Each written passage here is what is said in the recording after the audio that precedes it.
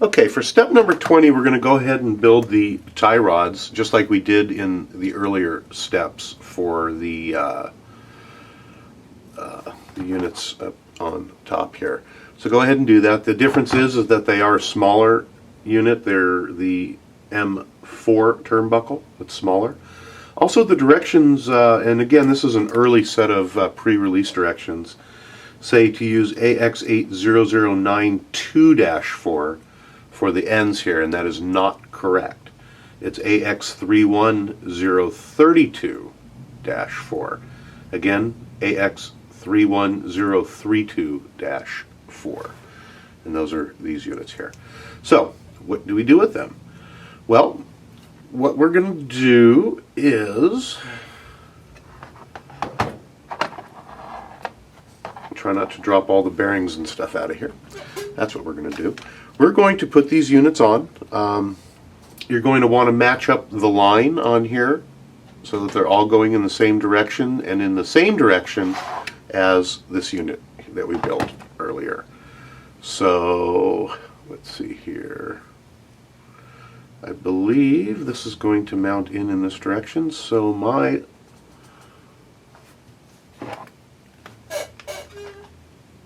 lines on here need to go pointing in this direction. Okay, just making sure we don't mess up. I'm going to slide the swivel into the space here on the front steering tie unit. Drop this in.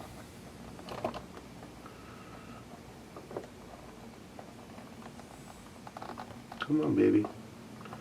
Come on. There we go. Let's go ahead and do the same on the other side. Make sure my tie rod lines are going in the same direction. Make sure you use the proper 15mm screw here.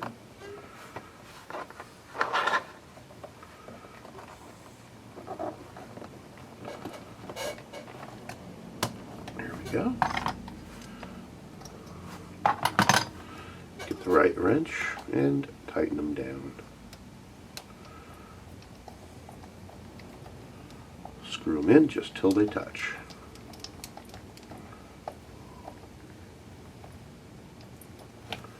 Make sure that they operate freely.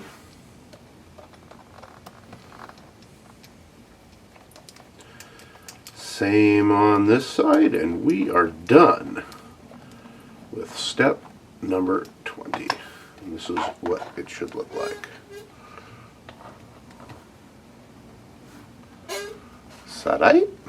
Alright. Alright, step number 21 is a little bit, I'm going to call it a little bit misleading. I think there should have been a previous step or an addition to this step, because it's showing the servo saver unit already installed. So what we are going to do is install the servo saver unit, or the steering rack I should say, into the front module here. It's going to go in just like it sits here, and these two posts are going to fit down into these two holes. You need to lift this up as we're sliding it in. So we'll see if we can do this on camera here. I'm going to go underneath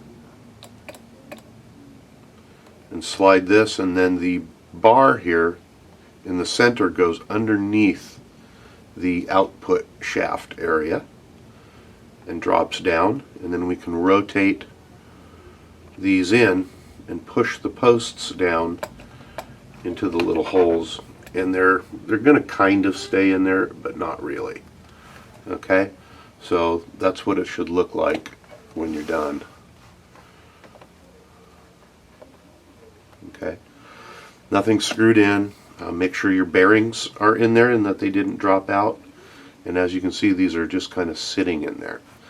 Okay, so for the rest of the directions, we're going to use our 18mm button head screws, and we're going to secure the tie rods into the end of the steering knuckles, and they'll slide right in there, and the screws have to go in from the bottom. So we're going to be careful not to knock any of this stuff out of the way while we're doing this. and hopefully we'll be able to do this gracefully. Very interesting. The screw is not a pass-through on the bottom here. Come on, I need to see this. Yeah, screw is not a pass-through. We're going to have to thread that screw in. This is not a graceful step in the directions. So I'm going to put that in just until I can see the screw come through right here. And then I'm going to slide the tie rod end in.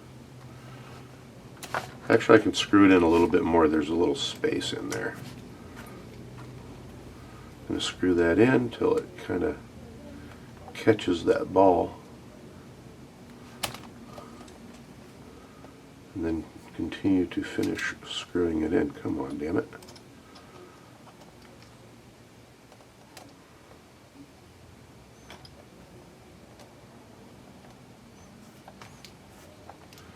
If that was a pass-through hole, it wouldn't be hard, but we have to thread all the way up through.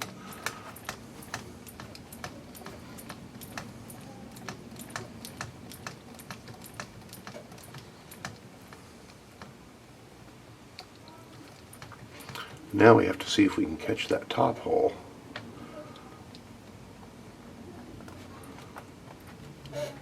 There we go.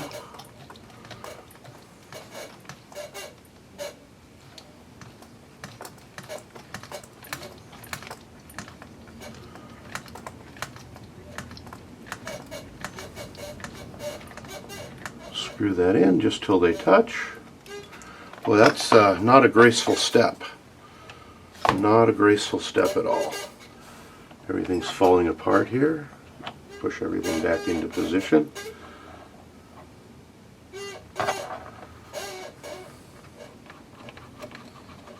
That's how that should be. I'm going to go ahead and do this other side here off camera. It's a little easier for me to do that way. We'll be right back. Alright, I've got the step number 21 done. This is what it should look like when you're done. We've basically just connected these two tie rod units to the steering rack, and the steering rack is just set into place. But at this point, everything should very freely steer back and forth. Everything should be pretty much in alignment all the way out. You might have a little bit of toe in or toe out, but that can be adjusted with the tie rods during your final setup.